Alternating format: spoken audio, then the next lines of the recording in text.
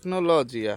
আজকে আমাদের ট্যুরের চতুর্থ দিন, আর আজকে আমাদের আসলে ঢাকা ফিরে যাওয়ার পালা। কিন্তু তার আগেই আমরা সিদ্ধান্ত নিলাম আরেকবার সুন্দরী দ্বীপে ঘুরে আসবো। এখানে মূলত মাছ যে সংরক্ষণ করার জন্য বরফ তারা এভাবে করে নিয়ে আসে।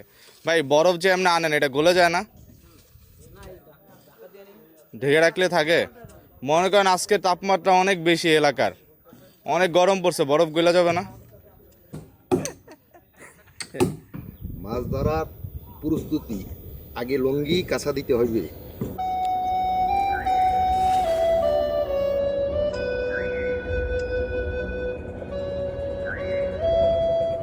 গতকাল ইলিশ না পেলেও রাতে আমাদের জন্য দুটো ইলিশ এক জেলে ভাই আমাদের জন্য রেখে গিয়েছিল। তারই রান্নাবান্নার প্রস্তুতি চলছে এখন নৌকায়।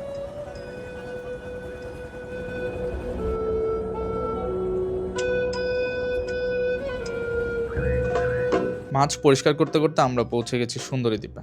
আমার দেখা বাংলাদেশে এখন পর্যন্ত এই দ্বীপ অন্যতম সুন্দর জায়গা। এখানে আমরা ছাড়া আর একটা মানুষ এই দ্বীপে নেই।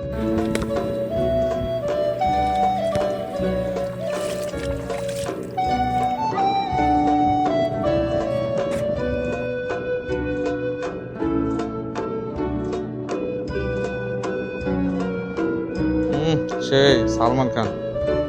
চুলা নিয়ে এখানেই রান্না হবে ইলিশ, পলিথিন দিয়ে। তাই আমরা একটা ছাউনি বানানোর চেষ্টা করছি, যাতে বৃষ্টি হলেও আমাদের রান্না যেন আটকে না যায়।